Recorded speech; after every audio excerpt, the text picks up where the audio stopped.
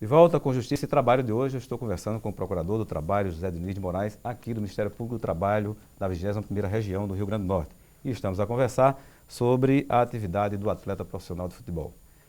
Doutor Diniz, ainda seguindo, conversando sobre o termo de ajustamento de conduta que foi ajustado em 2012, na verdade foi estabelecido que os clubes precisam contratar um seguro complementar para os atletas, né? Que risco esse tipo de seguro deve cobrir? Ou seja, a medida também vale apenas para quem assinou esse TAC ou existe alguma determinação legal a respeito desse assunto? O seguro complementar é uma imposição da lei. Ele visa a prevenir os infortúnios do trabalhador contra, basicamente, a especificidade da sua atuação. Porque o trabalhador, o atleta, ele quando se afasta, quando ele se acidenta, quando ele sofre um sinistro, ele não tem uma repercussão no mundo do trabalho da mesma forma que acontece em qualquer outra atividade. Ele não é simplesmente substituído, ele sai de uma situação de rendimento para uma completamente inversa. Porque toda a sua realidade financeira, profissional, moral, todo o universo do trabalhador está envolvido, sofre uma transformação imediata ao ele se afastar da prática do esporte. Então, ele deixa de receber, ele não tem um patrocínio, ele tem a suspensão de um contrato, ele sofre uma série de interrupções. Contra esses riscos, todo esse seguro visa a prevenir e a proteger o trabalhador. Aqui no estado, a lei impõe, é uma obrigação legal, mas que os clubes não vinham respeitando. Com o termo de ajustamento de conduta, nós procuramos fazer com que os clubes implementassem essa obrigação, essa exigência legal.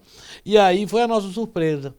Ao tentar fazer isso, nós não temos encontrado fornecedor do produto. O seguro foi pensado de tal forma a proteger o trabalhador, e ele, nessa perspectiva, é uma grande vantagem do trabalhador, mas do lado do fornecimento do produto da empresa, da seguradora, das empresas de resseguro, de toda a organização de seguro privado no Brasil, não tem estimulado empresas a manter esse seguro ativo, porque aparentemente eles não compensariam para as seguradoras. Ou seja, aí os clubes passam a não fazer isso aí. Os clubes passam a não realizá-los e não fazê-los. Não existe nenhuma empresa No Brasil que fornecendo esteja... serviço, não. Temos notícia de uma na Holanda, mas mesmo assim ela não tem atuação no mercado brasileiro. O senhor falou também, ainda há pouco, que do ponto de vista da legislação, os trabalhadores, né, dos atletas profissionais de futebol, eles são trabalhadores como Outro qualquer. como outro qualquer.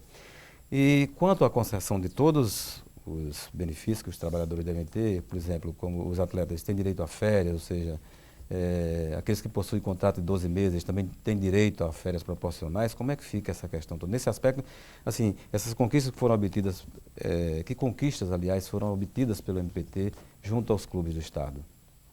Nós tivemos uma denúncia do sindicato dos atletas profissionais de que um determinado clube do Estado não estaria concedendo férias, ou pelo menos não respeitando o prazo legal das férias.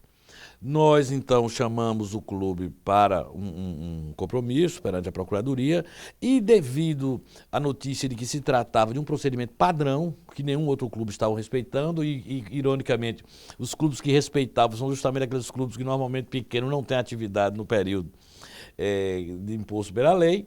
Então nós chamamos todos os clubes do estado para tentar fazer uma pactuação única, um regramento único. E ficou acertado de que a exigência da lei, que precisamente diz o seguinte, que o trabalhador do esporte ele tem um período de férias de 30 dias, todo final de ano, coincidente com o recesso do esporte brasileiro, que é entre dezembro e janeiro. Portanto, ele deve ser colocado em férias em dezembro e fica até janeiro sem 30 dias corridos, sem interrupção e com todas as demais vantagens. O trabalhador normal, a nossa expectativa de férias é sempre em relação a trabalhadores que têm 12 meses, que têm período aquisitivo e período concessivo de férias. No caso dos trabalhadores do contrato dos atletas que têm contratos parciais ou prazo determinado ou por curto período, 3 meses, 6 meses, 12, 9 meses, todos esses trabalhadores estão protegidos da mesma forma, eles têm direito às férias proporcionais.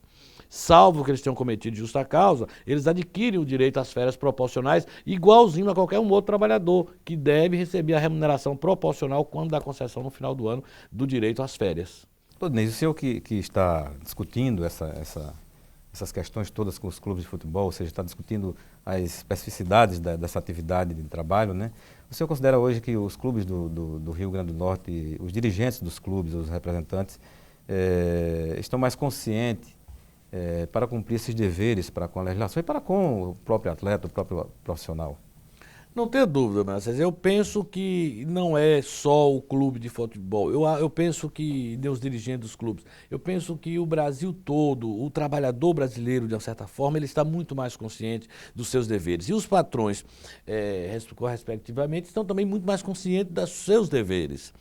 E o desenvolvimento que o país vem sofrendo, não só e passando, não só do aspecto econômico, mas também do aspecto social e cultural, tem feito com que os clubes tenham uma consciência maior da sua integração e penetração no mercado de trabalho, no mercado futebolístico. E isso tem feito com que eles tenham se voltado um pouco mais a atenção para isso e uma consciência também muito específica dos prejuízos que podem sofrer com essa conscientização do trabalhador, com essa maior penetração das autoridades, dos órgãos públicos, dos órgãos de proteção, mais dessa vigilância maior sobre a atividade de todos nós, inclusive com a colaboração dos meios fáceis de comunicação, de internet e celulares e tudo mais. Então, tudo isso tem gerado uma maior rede de proteção ou de maior informação ao trabalhador, de modo a lhe permitir progredir e sofrer e receber a maior proteção.